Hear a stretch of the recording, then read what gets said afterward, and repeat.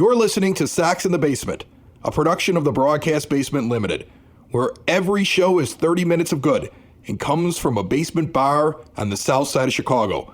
Pull up a stool, pour a cold one, and join us right now for Sox in the Basement. Heard everywhere podcasts can be found, and always at soxinthebasement.com. When I was a young boy, my father would tell me... When he was a young boy... Oh, sorry, I thought we were doing a musical episode. No. Okay. When I was a young boy, my father would tell me every spring, wait until Memorial Day. And on Memorial Day, you take a look at the standings, you take a look at your team, you take a look at who's good, you take a look at who's bad, and then you know what your team is. Now, for White Sox fans, there's absolutely no way in the next couple of weeks something is going to change my mind about what this team is. And it's Nope, we're pretty much there. It's really weird to me that I already know what the team is. And I think it's weird for those that cover the team, and those that root for the team, and those that follow the team, and those that like to tweet about the team, or whatever you call it these days, because it's hot take central now about the White Sox. It's the one team that everybody knows what they are, so everybody's ready to pass their judgment on what they should do next. And it feels early, but I think it's because they are the rare exception to Dad's rule about wait until Memorial Day. And yeah, that's all that's left, because we've talked about what few narratives there are long-term on this team, at least for this season. Not long-term in terms of like, what could they be in 25, 26, and so on. But there's very little to sit there and say that by the end of the year, we're going to have clarity on X, Y, and Z, because this is such a transition year for the team that it really is. It almost feels like the trade deadline is here with hot takes, or it feels like, even discussions about Pedro's future, are hot takes. Even discussions about, what can they do or not do with the draft if they continue to lose at this amazing rate that they've been losing at. I mean, not much. They have to pick outside the top 10. So that's the thing. The losing means nothing. You know what they are, although you kind of can also mark on the calendar, this will be a fun weekend. Like the weekend that's coming up, I think will be a big weekend over there at the rate. I really do. I think you got a big giveaway on Saturday. There's a huge following for Harry Potter, and they're giving out Harry Potter White Sox attire on Friday. Sunday should be a great game. If you just want to take in a ball game, the weather's getting warmer. I'm thinking about going out there on Sunday. I'm thinking about going to Cork and Carry, 33rd and Princeton, in the shadow of the ballpark.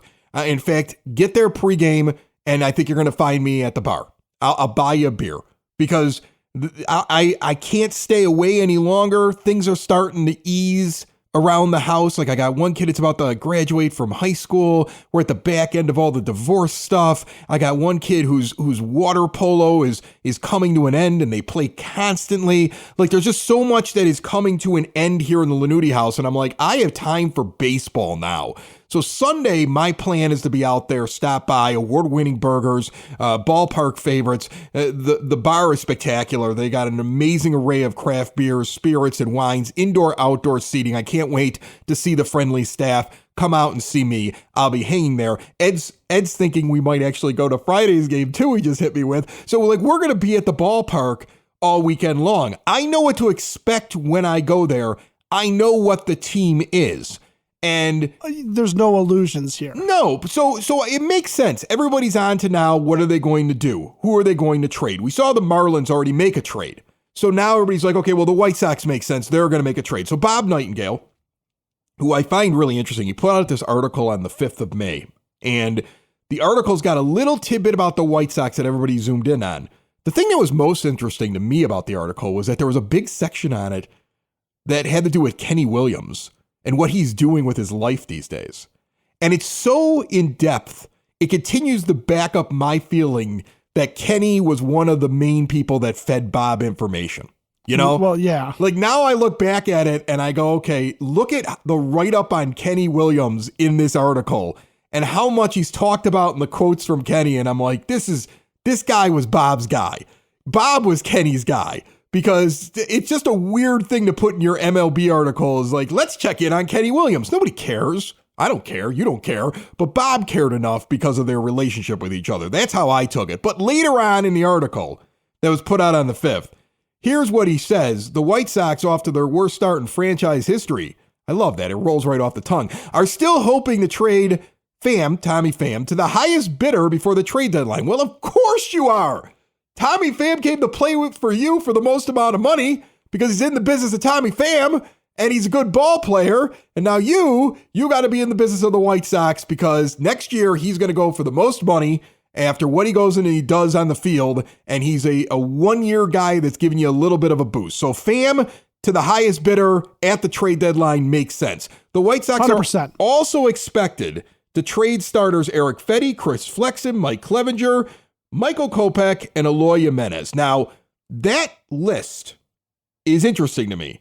First of all, saying that you're ready to trade Chris Flexen away, that's an obvious one, right? Like, I don't know what you're getting for him. Could be a bucket of balls. I mean, he's a flex starter reliever at best who's back end of the rotation. Like, he's not an impact arm to a team that's looking for an arm. Mike Clevenger didn't have the debut to start the season that makes him very tradable, but if he gets to what he is on his baseball card, then yes, he's definitely a piece that you're going to move for something. But I don't think you're getting massive impact return for any of these guys. Eloy Jimenez, he isn't that good right now, and he's got the injury history, and he's got a big price tag to him. Like, that's a pie in the sky wish right now that he's going to make himself valuable enough that you're going to get anything worthwhile back in a trade for him. Michael Kopech, somebody may say, yeah, there's room in my bullpen. What do we always say about him? Room in my bullpen for a guy like Michael Kopech. He may be the most valuable thing. Eric Fedde, to round this out, is the one that I'm confused by. What do you have for next year? If you're not trading Luis Robert Jr., Ed, if you're not going complete full rebuild and you're trying to tell me it's a quick turnaround, you have the guy for next year. You better get something that's worth moving him because he's a piece right now while you don't have a lot of pieces in your rotation for 2025. Well, and here, let me pull up Ed from like 6 months ago and then from last year and from a few years ago, who's going to recite what he always recites about trades, which is that first and foremost, you have to have a willing partner. And the guys you're attempting to trade off have to fit somewhere perfectly. In this case, present day Ed will take back over and say, Luis Ariz went to the Padres because the Padres have an infield problem because Manny Machado's hurt and Graham Pauley, who is taking his place, is a rookie who is way in over his head, and Xander Bogaerts hasn't lived up to his contract. So they needed a second baseman really, really badly. The Marlins were willing to give up one. Now, look at the White Sox. You're right. Michael Kopech has some value as a guy that has shown even the potential to close games. Eric Fedde, as a starting pitcher, has shown that he might be able to hold down the back of somebody's rotation. He is not an ace-level guy, even though he's had some good games. You've got things that yes, you are willing to part with potentially, but it is a two-pronged thing. One, why on earth would you sit there and say we're going to walk into next year with just Garrett Crochet as a member of this rotation because Nick Destrini, one good game, one terrible game. Jonathan Cannon, one good game, one terrible game. Jared Schuster's been a little up and down, and he's been mostly pitching out of the bullpen anyway. Chris Flexen is not signed for next year. Neither is Clevenger. Like you're running guys out there that are not going to be around next year, except for Eric Fedde and Garrett Crochet. So I don't know that Fedde's necessarily a given that he's going to move, but also what are you getting back for these guys is the question, and who needs them and who wants them. I don't know that there's much of an Eloy Jimenez market until we know that there's a team that has offensive woes that definitely needs an Eloy Jimenez type, or at least the potential, again, of an Eloy Jimenez type. Because that's the other problem is that Eloy Jimenez, really everybody on this team, with the exception of Tommy Pham, who is pretty much a given as to what Tommy Pham is, because he's in the business of Tommy Pham, and he's made sure that everybody knows what Tommy Pham is. All we're ever talking about is the potential of Eloy Jimenez, right? He's got 40 home run potential. Well, but he hasn't really done it on a consistent basis to show that he could achieve that level. Andrew Vaughn's got potential to be a good hitter. Does he, though? We don't know because he hasn't done it yet. Yeah, I'm already done with him. That's the thing. Like, there's a guy who should be on the list. the White Sox should be trying to Gavin deal Sheik him. should be on the list. Right. Those guys should be on that list as well because they don't bring you enough that you're building for the future. And the only thing that I hope is the reason they're not on the list is because somebody within the White Sox is like, well, we could put them on the list, but we're not going to get anything for them. Sox in the Basement listeners, switch to a new age of life. Hyatt Home Medical Equipment wants to help you keep mom and dad, grandma and grandpa out of assisted living. Make it so they can get around on their own, live independently. Stair lifts, ramps, grab bars, lift chairs, even a bathroom remodeling may be in order, and Hyatt can help you with that. They work with insurance and have 0% financing for qualified individuals. They also have the latest and greatest in CPAP machines. They'll even mail supplies for the machine directly to you, and they have the latest and greatest in continuous glucose monitors. It's all at Hyatt Home Medical Equipment. Learn more at hhme.com. Jimenez, I want to get on that point real quick because I had a conversation with my friend Craig Toth, who does Bucks in the Basement, who I help out from time to time, but I'm doing less and less of that because he's doing so well out in Pittsburgh with his podcast. He didn't know how to do it at first, but now he's entrenched in there. There was just a thing about Paul Skeens out there where everybody, including the voice of the team, was reporting that Skeens was going to be up this week. And Craig was the lone voice that said that his sources had Skeens sitting down in the minor leagues and had to be at about 40 innings pitched for the month of May, and that he would be up. And he actually gave a date at the end of May. And it sounds like he's right. He's the only guy covering the Pirates. Does sound like he's right. That is right. He's the only guy right. So he knows what he's talking about. And he says to me, I wish we weren't bringing up a guy like Nick Gonzalez, who's like one of their higher prospects, who's a second baseman. He goes, because he's got a lot of flaws, but right now he looks really good in the minors. And I would love to fleece a team to get him. And what do? I go, well, if Eloy Jimenez started hitting, would you want him? Because they've got Andrew McCutchen in there right now in their DH spot, hitting 187 and done. Like he's done. Yeah, Kutch seems to be done. They've actually got several guys on that team who have Mendoza line averages. The difference between them and the White Sox and why the Pirates are only 2 games under and there's more hope in Pittsburgh this year is because they have pitching, lots of pitching, and their young pitching is showing up and looking good. I mean, they have found pitchers they're going to have control of for years, and everybody on that team's like got a 1.10 whip in their starting rotation. So they're going to survive, and they've got their young talent getting there, and they're in a better spot than the Sox are right now. And it was funny, I'm guessing the Pirates don't have 1 through 9. All of their hitters have some Mendoza. Oh yeah, they've got just as bad a hitting as the White Sox have. You can look at their lineup right now and be like, it's the White Sox lineup. The difference is the pitching. The difference is the pitching and that there's more arrows pointing up when we already know what our players are. But I found myself trying to sell him on Eloy, and what he's trying to sell me is a guy that probably is just going to be a bust when he gets here. And I'm like, that's probably what we're getting for a guy like Eloy Jimenez, right? We're going to trade somebody and say, well, we fooled them. And they're going to trade us somebody back and they're going to be like, well, we fooled them, because that's what it is. And that probably wouldn't even work because the Pirates are never taking on $13 million next year in an Eloy Jimenez. So, I mean, like, it's hard to find a partner. And then what is this guy doing? He's trying to tell me, well, Nick Gonzalez, look at him. And that's what we're going to get for these players. The point I'm trying to make is you look at the list that Nightingale puts out, you're going to get somebody else's crap. Somebody else is going to say, hey, I got this over here. He hasn't worked out yet, but you may be able to develop him. And you tell me that sentence and then tell me the White Sox have a history of fixing people and making them better, developing them when other teams couldn't develop them.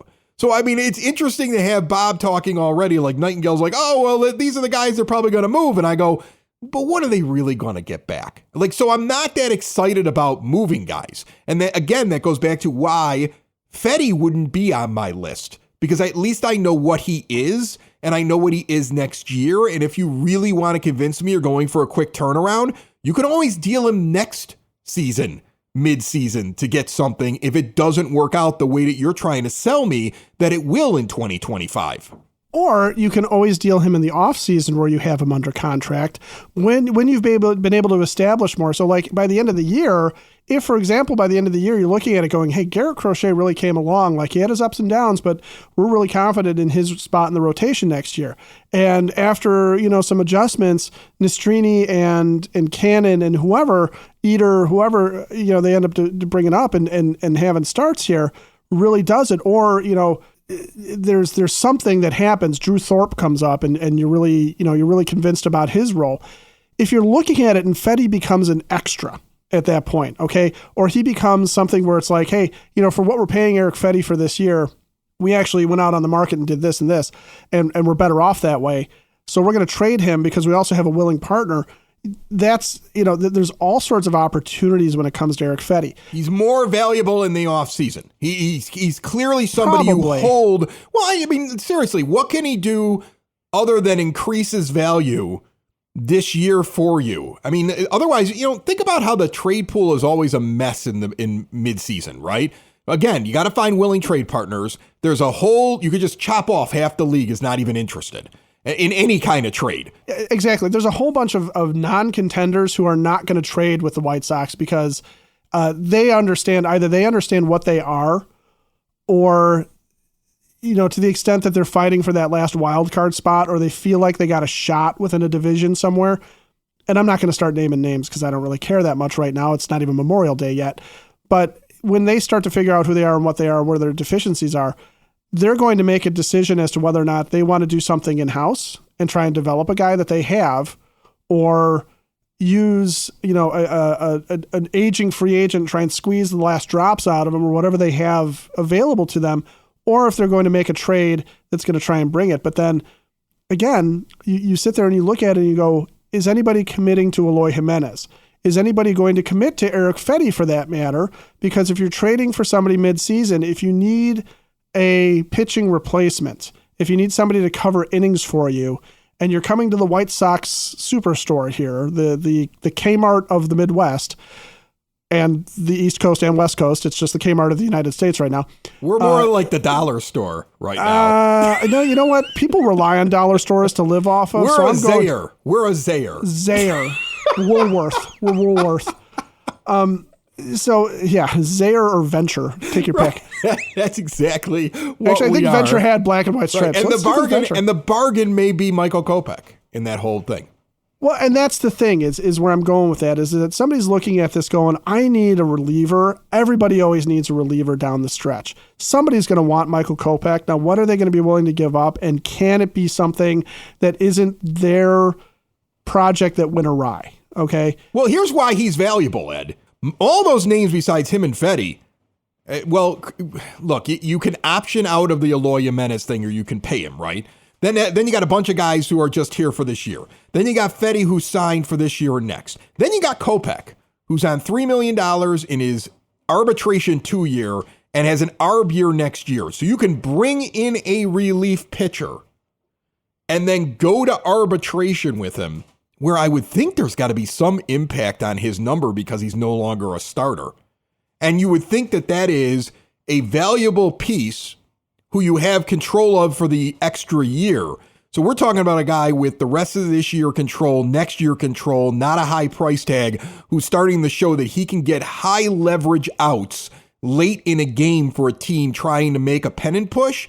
He may be the most valuable player that you can deal right now off of this team, especially if you're going to subscribe to the notion that unless you knock the White Sox socks off with a Fedde offer, when they know they can go into the offseason and have far more teams involved with him and see, do we need him for 25, or did we develop enough, and is there enough for us to do here this offseason where we don't need him? You would think that the Sox probably would hold that chip unless they were blown away. Kopech seems like the most likely to bring back the best, at least in my mind, looking at that list. Yeah, and that's where it comes into play is what are they going to get back, right? And how is it going to move the needle towards 2025 and 2026? Because, you look at, for example, what the Padres traded to the Marlins. A lot of minor leaguers there, nobody who is going to make an immediate impact for Florida. Not really something that the White Sox probably want to do necessarily with Michael Kopech if they're trying to get something out of the good years that they have with Luis Robert Jr. Now, the other thing, too, is that Kopech might be one of those where Chris Getz says, blow my socks off about this because, like you said, he's under control and he is capable of getting the high leverage outs. And the White Sox may need that. They may need to find that as well if they trade him away, they might need to figure out how to replace that. So when you're talking about Fedde and Kopech, it might have to be something that's overwhelming.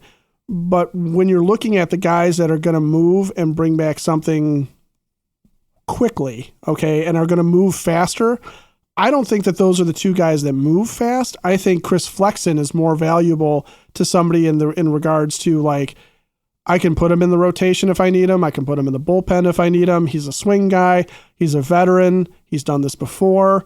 And, this pitcher that I'm trying to replace, he's not out for the season. He's just out for a couple of months. He's out for a month, whatever it is, right? That's the kind of guy that gets moved earlier on. Shockingly, Martin Maldonado is not on that list, which is shocking. You would think somebody would want him. Now, you laugh. You laugh. I laugh because there is no value to him. I'm sorry. Corey Lee should be playing all the time. They're playing him more like that. At least we found a catcher, Ed. Like, that's what I'm looking for positives. Corey Lee's my positive. We did find a catcher. Corey Lee, I like what Corey Lee's doing right now. I really do. You laugh, though. And Maldonado's the kind of guy, though, that sometimes will show up in a move as well. But you're not getting anything back for him, right? This is Maldonado becomes a guy that what you get back is such a lottery ticket or such a dart throw. And when I say lottery ticket, some people take that to sit there and mean like, oh yeah, it could be a star, it could be amazing. And it's like, no, it's a piece of paper that you get a bunch of stuff all over your fingers and then nothing happens because you never win with it, right? The odds are astronomically against you actually getting anything out of this particular player. But the point of this too is that at some point on some level, they got to continue to field a team. So you can't expect that Chris Getz is going to, one, be able to trade everybody off, two, that he's going to trade everybody off that Bob Nightingale listed, or three, that anybody's really interested in these guys versus what they can get from other teams. Because again, if Chris Getz is playing the game he played with Dylan Cease a little bit, and if his ask is high in season, there's not as much time to negotiate with this. There's not as much time to sit there and hold your cards. So if somebody comes and asks about Eric Fedde, and Chris Getz is like, yeah, but you know what? I really want this guy, and they're like, well, we're not giving him up. There's another Eric Fedde waiting on another team. I don't know what that other Eric Fedde's name is. I don't know if he's as good, but there's another Eric Fedde waiting around the corner. There's another Michael Kopech waiting around the corner too. There's other guys that are out there. We don't have a team, as is evidenced by the record and everything else, the eye test of just watching this team. This is not a team full of players. This is not a roster that you go up and down and look at and go, everybody wants these guys. They're just, they just haven't put it together. No, this is a bunch of cast-offs that it's not a whole lot of value to anyone.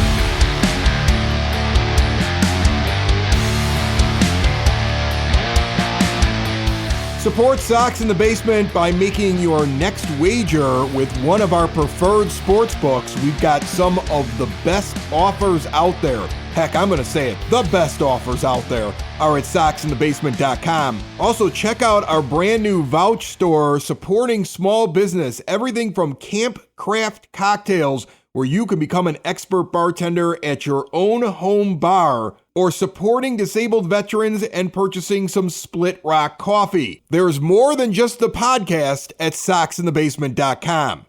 Do we know what the plan is? Like, if we look at what they're doing, what they have, and not so much what they say, because I don't trust everything that comes out of the organization. I think that anybody who's been a fan of this team long enough has to take everything that they say with a grain of salt. What is the plan? And we talked about Corey Lee there for a second. I know what my plan would be, Ed. My plan would be that he's catching every day.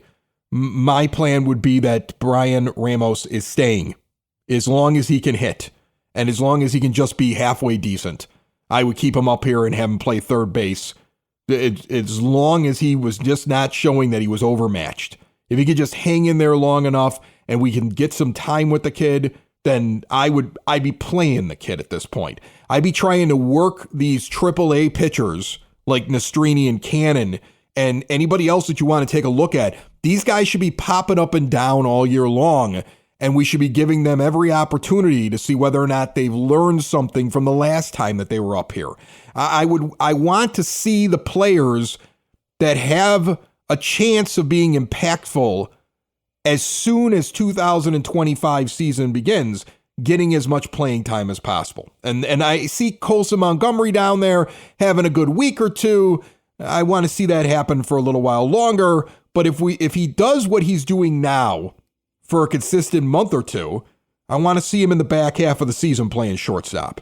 Like I'm still on the idea that the plan could be, and this goes back to the Fetty talk, the plan could be realistically having a rotation together that's mostly these guys that are currently in system and possibly going out and picking up somebody who's at the price tag of what Clevenger was this year or Fetty was this year and adding them into the rotation and taking $40 million that you're taking off the books in Jimenez and Moncada, either by trade, but more than likely by buying them out and using that to add some professional bats into what you have and being a better team next year, right? Not a World Series contender, but a team that I can go out and say, let's see what the kids can do. It doesn't need to be 3 years of a long rebuild. The fact that I'm not hearing the White Sox even suggest moving Luis Robert Jr. makes me believe that that is still the plan.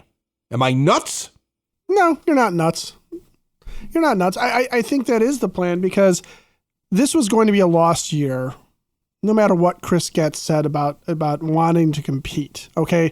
This was going to be a year that they were going to be in a state of flux. And the one thing I will say about it still being before Memorial Day is that it doesn't mean that at some point and on some level in the coming months of this season that this team couldn't start to look more interesting on the field. I mean, they're not going to win anything. They're not going to go to the playoffs. There's not a prayer of that. They could be a second half 500 team, though. But they could be an interesting looking team in the second half, okay? And by that I mean... With a new manager. Can we get that too? As long as we're wishing and hoping, Can sure, Grady why not? Sizemore just try his hand or somebody else sitting there, maybe? Yeah, and maybe we'll get a campfire helmet milkshake too. Right. But there is definitely a little bit more of a methodical madness going on here than, say, a team that just is either throwing everybody out there who they feel is young and maybe has a chance, or is just not spending money for the sake of not spending money and doesn't really have any real idea of who they're building around or what they're doing, or is just out there flailing around with whatever they got. The Mets, for example, are a team that does not seem to have a plan. Nobody really seems to understand what the Mets are. Are they going to be a team that spends a ton of money and tries to buy championships? Are they trying to develop stuff? They seem to be caught in between, which is a bad place to be if you're Hawk Harrelson's devotees at the plate, but also as a front office. Chris Getz went cheap and said, I'm going for veterans. I'm going for guys that I think can play defense. It's dubious whether or not they can actually do that. I want to say SIS put something out. It's like one of these stats accounts that the White Sox, at least as of just the other day, were 30th in Major League Baseball in defensive runs saved. So the defense thing. Now, I did see one person argue, well, Luis Robert Jr. is not playing right now, and Yoan Moncada is a really good defender, and you take them off the team, they're not going to be a top 10 defense. But take them off the team, they still shouldn't be 30th if the idea was that Paul DeJong and Nicky Lopez and some of these other guys were going to raise your defensive play, because it has not translated, at least statistically, yet. Right. And so, that's what Chris Getz said. Whether or not it's what he's accomplished, no. But is there opportunities, and have we already seen guys get a chance to come up and do stuff? Well, yeah, here's Brian Ramos. We have seen a Jonathan Cannon start. We have seen a Nick Nastrini start or two for both of them. I do think that the plan will be to see what some of the young guys can do. I actually think we'll maybe even see Oscar Colas get another chance. We'll see Dominic Fletcher certainly get another chance at some point. Pedro's never going to let Oscar Colas play. You understand? I think Pedro Grifol gets fired by mid-season or some point in this season. He's going to get fired. Somebody else is going to take over, and you'll see guys like Colas called up almost immediately afterwards, and you'll see the young guys get more opportunities, but they won't let Pedro do it. That's what I really think will happen. Yeah, and I agree. And I think that's something that could happen in the second half more anyway, because at that point, too, you may find yourself on a team that does not have the three guys that are currently inhabiting the outfield for the most part, Robbie Grossman, Tommy Pham, and Andrew Benintendi even. Okay? Those guys could be either benched or gone. In the case of Pham, probably gone. In the case of Grossman, maybe gone because he's DFA'd if he's not performing. In case of Benintendi, just maybe, he loses his spot in the lineup if he's not hitting and he's not performing up to his contract. And you sit there and go, well, next year we'll see what we can squeeze out of the dude. But that, I think, is going to be the plan, is see what you got. Okay. And what you do with that is you make it so that see what you got by putting a bunch of guys on the team that nobody cares about. If this team does not finish the season with Paul DeJong on the roster, nobody but Paul DeJong, Paul DeJong's mom and family, and his wife, I assume he's married, and maybe his children if he's got them, and maybe like one guy who's still rocking the Cardinals Paul DeJong jersey, is really going to care that Paul DeJong got DFA'd. It's just not going to be the case. This is a team of disposable players so that Chris Getz has the flexibility and the opportunity to sit there and say, I'm going to figure out what else I got in this organization. And that is as good a plan as any. Sox in the basement. Sox in the basement. Sox in the basement. Sox in the Basement. Heard everywhere podcasts can be found, and always on soxinthebasement.com.